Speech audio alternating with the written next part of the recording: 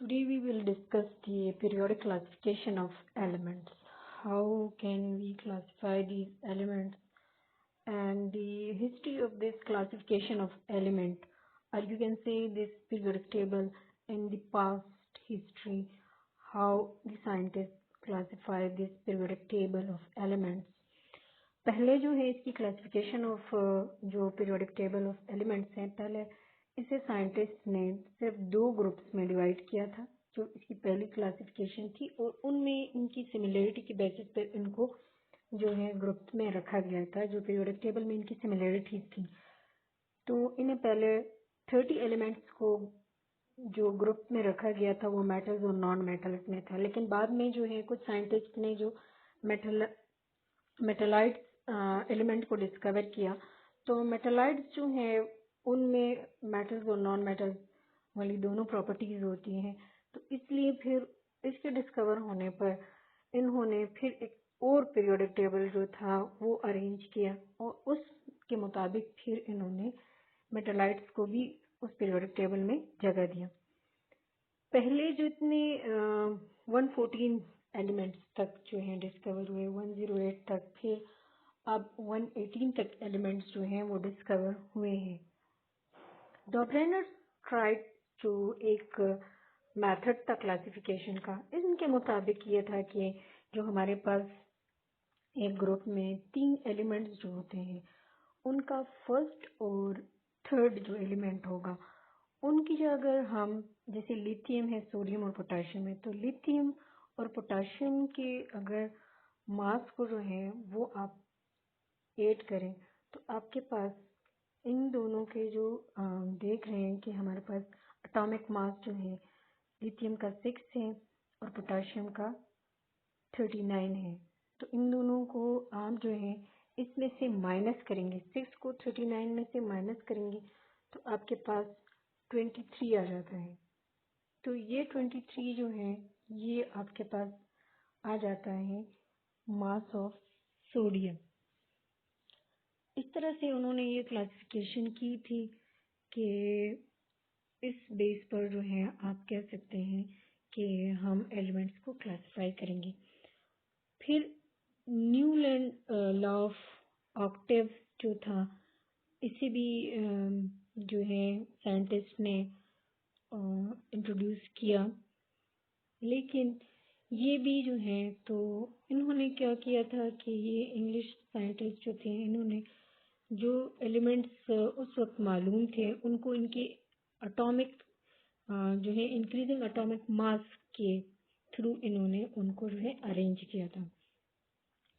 तो इनमें उन्होंने ये कहा था कि properties of every 8 element was similar to that of the first element, लेकिन इसकी लिमिटेशन भी थी न्यूलैंड लॉ की, जो कि उसके बाद इसमें से जो ये 3 लिमिटेशंस हैं, इनकी वजह से पहले तो ये कि the law was applicable to element up to calcium only, और दूसरे इसमें contain only 56 elements। फिर ये कि in order to fit elements into the table, Newland adjusted 2 elements in the same slot and also put some unlike elements under same node, जिसकी वजह से ये जो था क्लासिफिकेशन भी रिजेक्ट हो जाता है। मेंडलीव पीरियोडिक टेबल जो था फिर वो इंट्रोड्यूस हो जाता है, और मेंडलीव पीरियोडिक टेबल जो था उन्होंने जब ये इंट्रोड्यूस किया तो ये था increasing order of their atomic masses and similarity in their properties. इनके जो फार्मूलेज हैं ऑक्साइड्स के, हाइड्रेट्स के, एलिमेंट के, वो भी on the basis for their classification of elements हैं। इनमें इन्होंने ग्रुप्स रखे 1 to 7 एंड 2 सब ग्रुप्स, जिनको ए सब ग्रुप और बी सब ग्रुप उन्होंने कहा। Group 8 and 3 rows of elements having similar properties were placed in the same group। जिन एलिमेंट्स की प्रॉपर्टी सेम थी उन्हें सेम ग्रुप में रखा गया। इनके भी कुछ मेरिट्स और डीमेरिट्स थे। इनमें में कुछ मेरिट्स ये थे कि elements were classified on a more fundamental basis of their atomic masses and properties। Spaces were left vacant to accommodate the elements to be discovered in future. तो इन चीज़ों की वजह से जो है उनके मेरिट थे कि उन्होंने कुछ प्लेसेस छोड़े थे वैकेंट, कि अगर कोई और एलिमेंट डिस्कवर हो जाता है तो वो उस पर वहाँ पे उनको प्लेस किया जाए। और इनकी एक और फंडामेंटल जो मेरिट है वो फंडामेंटल बेसिस पर इन्होंने इनको क्लासिफाई किया था कि इनके एटॉमिक मासेस पे उनके प्रॉपर्टीज सिमिलर प्रॉपर्टीज की बेस पे इन्होंने उसको जो है रखा हुआ था। It could predict the properties of the element which helped in the discovery of new elements. Fourth ये कि the inert gases element discovered later could be placed in a separate group without disturbing the table. Defect जो Mendeleev's के periodic table में जो थी वो ये थी कि some elements are not arranged in the increasing order of their atomic mass. Cobalt is placed before nickel. तो ये वजह थी। फिर position of the hydrogen is not clear because it show property similar to metal as well as non metal. Position of isotopes of element is not clear. Modern periodic table जो था फिर ये discover हुआ, और modern periodic table उनके ये law के मुताबिक आप देख सकते हैं कि पीरियोडिक टेबल जो है इसमें 7 पीरियड्स हैं और 18 ग्रुप्स हैं जो कि हमारे पास ए और बी ग्रुप से मिलकर बने हुए हैं। ये जो ग्रुप हैं इनको फैमिलीज भी कहा जाता है। और जो हमारे पास पीरियड्स हैं ये 7 पीरियड्स हैं और ग्रुप्स हमारे पास जो हैं ये 18 हैं। इनमें से सब ग्रुप ए और बी हैं। ए ग्रुप और बी ग्रुप यहाँ पे आप देख सकते हैं, group A, group B, group three B जो ग्रुप ए, ग्रुप 2 के बाद 3B आ रहा है। तो ये दरमियान में हम इसको नहीं पढ़ेंगे, हम 1A, 2A, 3A, 4A, 5A, 6A और 7A इनको पढ़ेंगे। और उसके बाद हम जो है तो देखते हैं 8A, और फिर हमारे पास आता है 1B, 2B, 3B, 4B, 5B, 6B और 7B। और 8B हमारे पास यहाँ पे आपको हम देख सकते हैं कि उसमें 3 कॉलम्स को रखा हुआ है। पीरियोडिक टेबल ऑफ एलिमेंट्स जो है इनमें पीरियड्स हमारे पास 7 पीरियड्स हैं। 7 पीरियड्स ऑफ एलिमेंट्स जो है हमारे पास फर्स्ट पीरियड में सिर्फ 2 एलिमेंट्स है, हाइड्रोजन एंड हीलियम है। सेकेंड पीरियड में हमारे पास 8 एलिमेंट है और लिथियम से लेकर नियॉन तक है। फिर थर्ड पीरियड में हमारे पास जो है उसमें भी 8 एलिमेंट है। फोर्थ में 18 एलिमेंट्स हैं, फिफ्थ में भी 18 एलिमेंट्स हैं और सिक्स्थ पीरियड में हमारे पास 32 एलिमेंट्स हैं जो कि लॉन्ग पीरियड कहलाता है। सेवंथ पीरियड जो है इसमें 28 एलिमेंट्स हैं और इनका जो एटॉमिक नंबर है 114 है हमारे पास। इनकम्प्लीट पीरियड है। कुछ पीरियोडिक टेबल में ये 118 तक भी एलिमेंट्स हैं और कुछ में 114 तक है। वैसे इसमें 118 तक एलिमेंट डिस्कवर हुए जिसमें 94 जो है वो नेचुरल है और बाकी जो हैं वो सिंथेटिक एलिमेंट है जिन्हें बना के इस पीरियोडिक टेबल में अरेंज किया गया है। ग्रुप्स जो है 18 groups of element divided into 9 main groups. They are 1, 2, 3, 4, 5, 6, 7, 8 and 0 group. The group 1 to 7 has 2 subgroups. Each group called A subgroup and B subgroup. हमारे पास group 8 has 3 row of elements and 0 group has 1 row of element. The A subgroup elements are called normal element. Group A को हम normal element कहेंगे, group B को जो है तो हम transition element कहेंगे। Lanthanide and actinide series are called inner transition element. Lanthanide and actinide are called inner transition elements. ये जितने टर्म्स ट्रांजिशन के हैं, ग्रुप हैं, पीरियड हैं, अल्कली हैं, अल्कलाइन हैं, मेटल्स हैं, नॉन मेटल्स हैं, मेटलाइड्स हैं, ये जितने भी हैं, हैलोजेंस हैं, कैल्कोजेंस हैं, ये सारे टर्मिनोलॉजीज हैं जो कि इस पीरियोडिक टेबल में हम यूज करते हैं। केमिस्ट्री में पीरियोडिक टेबल के लिए ये टर्म्स यूज किए जाते हैं। ग्रुप 1A जो हमारे पास है इनको अल्कली मेटल्स कहते हैं। ग्रुप 2A जो है इनको अल्कलाइन अर्थ मेटल्स कहते हैं। ग्रुप 7 जो हमारे पास 7A है और ग्रुप 17 में आता है, इनको आप ग्रुप 17 या 7A भी कह सकते हैं। तो ये हमारे पास है हैलोजेंस। ग्रुप 18 या जीरो ग्रुप जिन्हें कहा जाता है वो नोबल गैसेस कहलाती है। In a group all the elements have the same number of valence electron. जितना भी ग्रुप होता है, फर्स्ट ग्रुप है जिसमें कि पहला हाइड्रोजन हमारे पास आता है, तो उसमें भी जितने इनके आउटर मोस्ट शेल में जितनी उनके नंबर ऑफ इलेक्ट्रॉन होंगे वो उनकी वैलेंसी कहलाती है। तो ग्रुप 1A में जो है हमारे पास वैलेंसी +1 है। और इस तरह ग्रुप 2A में हम देखते हैं कि उनकी वैलेंसी 2 है। In a period all elements contain the same number of shell.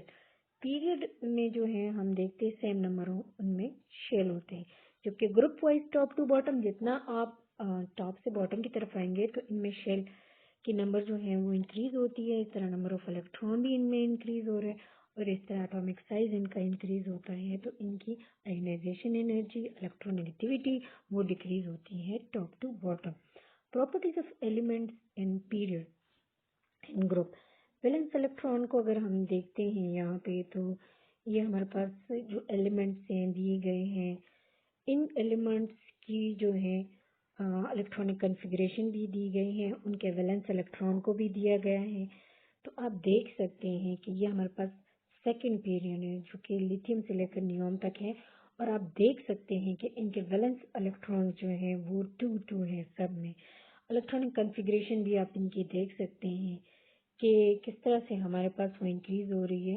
Electronic configuration EC से जो है वो रिप्रेजेंट हो रही है। और इनमें अगर हम ग्रुप में देखते हैं, in a group the number of valence electron is the same for all the element but the number of shell increase. जैसे मैंने आपको कहा टॉप टू बॉटम, देखिए इलेक्ट्रॉनिक कॉन्फ़िगरेशन वहाँ पे और यहाँ पे आप देख सकते हैं कि इनके इलेक्ट्रॉनिक कॉन्फ़िगरेशन जो है हाइड्रोजन से पोटाशियम की तरफ जो है वो इंक्रीज हो रही है। इन तरह 1 to 4 पोटाशियम की तरफ शेल्स भी इंक्रीज हो रहे हैं और इनकी सबकी जो है वैलेंसी हमारे पास प्लस है, +1। फिर वैलेंसी को जो है हम यहाँ पे जो है हमने डिस्कस किया। उसके बाद हम देखते हैं एटॉमिक साइज को। तो एटॉमिक साइज जो होते हैं, रेडियस ऑफ द एटम है हमारे पास। इसी ग्रुप को हम देखते हैं जिसको हमने सेकंड पीरियड का, पीरियड की बात करते हैं सेकंड पीरियड। तो वहाँ पे हमारे पास लिथियम जो है उसकी इलेक्ट्रॉनिक कॉन्फ़िगरेशन 2 and 1 है। फर्स्ट शेल में 2 इलेक्ट्रॉन है और सेकंड में 1 इलेक्ट्रॉन है। इसी के निस्बत से अगर हम कंपैरिजन में फ्लोरीन को देखते हैं तो उसके फर्स्ट शेल में 2 इलेक्ट्रॉन है और लास्ट जो सेकंड इसका शेल है उसमें 7 इलेक्ट्रॉन है। तो फ्लोरीन जो है वो एक इलेक्ट्रॉन गेन करके अपना सेकंड शेल जो है ऑक्टेट का कंप्लीट करेगा। लिथियम जो है वो 1 इलेक्ट्रॉन लूज करेगा क्योंकि वो उसको 7 इलेक्ट्रॉन चाहिए अपने सेकंड शेल को कंप्लीट करने के लिए। तो 7 इलेक्ट्रॉन लेना उसके लिए मुश्किल है, इसलिए वो 1 इलेक्ट्रॉन लूज करेगा। इस तरह से वो स्टेबल हो जाएगा। एटॉमिक साइज इस तरह आप देख सकते हैं, टॉप टू बॉटम जो है वो हमारे पास एटॉमिक साइज इंक्रीज हो रहा है। यहाँ पीरियोडिक टेबल में आप देख सकते हैं लिथियम से सीजियम की तरफ जो है टॉप टू बॉटम ग्रुप में जो है या आप फैमिली कह दें, इसमें साइज जो है वो आपको क्लियर नजर आ रहा है। जो हाइड्रोजन का है वो बहुत छोटा है, इसके बाद lithium, then sodium, potash, rubidium and caesium. तो ये जितना जितना आप नीचे आएंगे साइज उतना ज्यादा उसका एटॉमिक रेडियस जो है वो ज्यादा इंक्रीज होता है। इसी तरह लेफ्ट टू राइट आप जाते हैं तो आपका एटॉमिक साइज जो है डिक्रीज होता है, लेकिन टॉप टू बॉटम जो है ये इंक्रीज होता है। मेटेलिक प्रॉपर्टीज जो हैं, इलेक्ट्रोपॉजिटिव नेचर जो होता है एलिमेंट्स का, इसे हम थर्ड पीरियड में देखते हैं। हमारे पास सोडियम है और मैग्नीशियम है, एल्युमिनियम है, सिलिकॉन है। तो सिलिकॉन अब हमारे पास ये जो है सिलिकॉन और फास्फोरस, तो ये हमारे पास मेटलॉइड्स हैं। सल्फर, क्लोरीन, आर्गॉन जो है नॉन मेटल्स है और सोडियम, मैग्नीशियम और एल्युमिनियम जो है ये हमारे पास मेटल्स है। In a group, metallic property of this element increasing from top to bottom.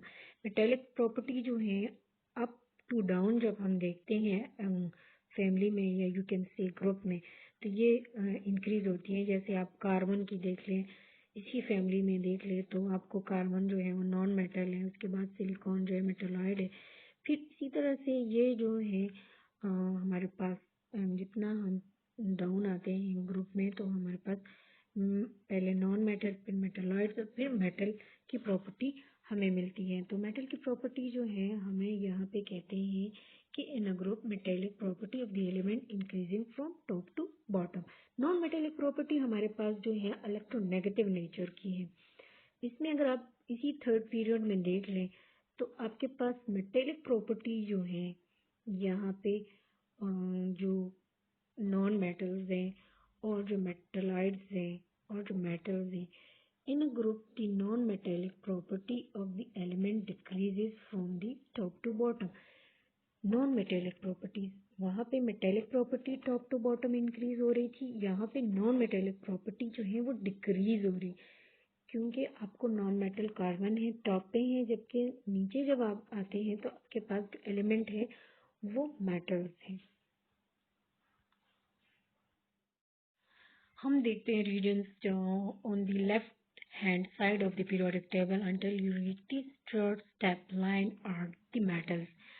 जैसे कि अभी हमने मेटल्स को डिस्कस किया, मेटल्स जो होते हैं हमारे पास शाइनी होते हैं और इनमें जो है देख सकते हैं टेंड टू लॉस इलेक्ट्रॉन, और ये गुड कंडक्टर होते हैं, हीट एंड इलेक्ट्रिसिटी के लिए डक्टाइल होते हैं। तो मेटल जो है इनमें से जो है इलेक्ट्रिसिटी पास होती है, हीट पास होती है।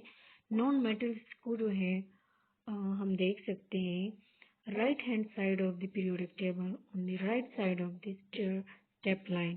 हमारे पास यहाँ पे नॉन मेटल्स जो हैं वो लोकेटेड है और इनमें जो है ये एबिलिटी होती है कि ये इलेक्ट्रॉन को गेन करे। इनमें ये पुअर कंडक्टर होते हैं इलेक्ट्रिसिटी के लिए और हीट के लिए। और ये जो है पीरियोडिक टेबल में हमें जो है ये एक छोटे पोर्शन में ही जो है आप देख सकते हैं मेटल ज़्यादा है जो पीरियोडिक टेबल में अरेंज है और नॉन मेटल उसकी निस्बत कम है। मेटलाइट्स जो हैं ये हम देख सकते हैं कि ये हमारे पास इनमें जो बोथ प्रॉपर्टीज़ होती है मेटल्स की और नॉन मेटल्स की, और इनका जो अरेंजमेंट है वो पीरियोडिक टेबल में जो है अरेंज किया गया है। तो ये अरेंजमेंट जो इनकी है मेटलॉइड्स की, ये स्टेप लाइन है। जैसे कि आप इसको देख सकते हैं, जब हमारे पास मेटल्स और नॉन मेटल्स जो हैं तो उनकी निस्बत जो मेटलॉइड्स हैं वो भी हमारे पास कम है, सबसे ज़्यादा हमारे पास मेटल्स हैं। Families and periods, family is a term given to the column, column को हम फैमिलीज भी कह सकते हैं। एस पी ब्लॉक, ये हमारे पास जो एलिमेंट्स हैं इनको 1A 2A 3A 4A 5A 6A 7A और 8A में अरेंज किया गया है। 1 to 18 हमारे पास ये ग्रुप्स हैं। अ पीरियड इज अ रो, और इसको जो है 1 to 7 पीरियड कहा गया है। हाइड्रोजन को जो है हाइड्रोजन फैमिली भी ये ग्रुप में है तो इसको हाइड्रोजन फैमिली भी कहा जाता है। इसके इस ग्रुप में जितने भी एलिमेंट्स आ रहे हैं उनको हाइड्रोजन फैमिली के एलिमेंट्स कहा जाता है। और इनकी जो है ये जो होता है हाइड्रोजन जो है ये नॉन मेटल है। हम यहाँ पे कॉलम 1 को देखते हैं, अल्कली मेटल्स है। ये फैमिलीज और कॉलम सेम चीज़ है। कॉलम 2 हमारे पास अल्कलाइन अर्थ मेटल है। कॉलम 16 कैल्कोजेंस है। कॉलम 17 जो है उन्हें 7A ग्रुप कहा जाता है और कॉलम 16 को 6A ग्रुप कहा जाता है। 7A हमारे पास हेलोजेंस है। कॉलम 18 जो है वो हमारे पास ग्रुप 8A है और ये नोबल गैसेज है। ट्रांजिशन मेटल्स जो है all of the D and F blocks are known as the transition metal. F और D ब्लॉक को हम कहते हैं transition metal. All have a ground state with 2 electrons in the S orbital and no electron in the P orbital. S orbital में यहाँ पे 2 electrons होते हैं जो हम देख सकते हैं। All on the D and F block are known as the transition metals and all have a ground state with 2 electrons in the s orbital and no electrons in the p orbital. Series lanthanide series, the first row of f block elements all are metals. lanthanide series का first row जो है वो f block elements है जो कि सारे हमारे पास metals है। actinide series the second row of f block elements और ये हमारे पास रेडियोएक्टिव एंड सिंथेटिक हैं जिन्हें के हमने खुद बनाया है। अब अगर आप इसको देख लें कि पीरियोडिक टेबल को जो है लर्न करना बहुत इजी है। इसको आप खुद ड्रॉ भी कर सकते हैं, इसका मॉडल भी बना सकते हैं और इसको याद करने के और भी बहुत से तरीके हैं। जैसे कि इसको याद करने के लिए आपको जो है ये याद रखना चाहिए कि फर्स्ट जो आपके पास अल्फ़ाबेट है, जो सिंबल दिए हुए होते हैं ग्रुप में, उन्हें आपको लर्न करना होता है। जैसे कि हाइड्रोजन है, एच से इसको हम प्रेजेंट करते हैं। तो अगर आपको इस ग्रुप को याद करना है, हाइड्रोजन की फैमिली को याद करना है, तो आपने कुछ ऐसे वर्ड्स जो हैं वो बनाने हैं इन अल्फ़ाबेट से जो कि सिंबल्स हैं इन एलिमेंट्स के। तो एच से हाई, लाए, ना कर, रब से फरियाद। इसको मैं दोबारा रिपीट करती हूँ। हाय, लाए, ना कर, रब से फरियाद। ये आपका एक कॉलम जो कि फर्स्ट कॉलम है या फर्स्ट ग्रुप है, उसके जो एलिमेंट्स हैं वो आप इस तरह से याद कर सकते हैं। पीरियड में अगर आप देखें तो हाइड्रोजन एंड हीलियम है, ये 2 एलिमेंट्स है फर्स्ट पीरियड में। इन्हें हम ऐसे याद करते हैं, हाय हेलो, HELL ओ हेलो होता है तो HE हेलो और H से हाय, हेलो हाय। तो 2 एलिमेंट्स आपको याद होंगे, एक हाइड्रोजन है HE, ये वैसे भी सिंबल जो है इजी है। इसी को अगर आप देखते हैं लिथियम टू नियॉन, अगर हम इसी पीरियड में सेकेंड पीरियड को देखते हैं और इसको हम याद करना चाहते हैं तो इसके लिए भी आपने इसको ऐसे याद करना है, लाए बी ब कार नल, या आप इसे कह सकते हैं लाए बी ब कार नल ऑक्सीजन फ्लोरीन नल, या आप इसे कह सकते हैं नियॉन। यानी कुछ वर्ड्स आप उसके सिंबल के ही रहने दें, जो आपके पास एलिमेंट से ऑक्सीजन फ्लोरीन को आप ऑक्सीजन फ्लोरीन ही रहने दें, और लिथियम जो है इसको आप बोलें लाए बी प सी कार एंड नल ऑक्सीजन फ्लोरीन नियॉन। तो इसको आप ऐसे रिमेम्बर कर सकते हैं और ये पीरियोडिक टेबल आपको इजीली लर्न हो जाएगा।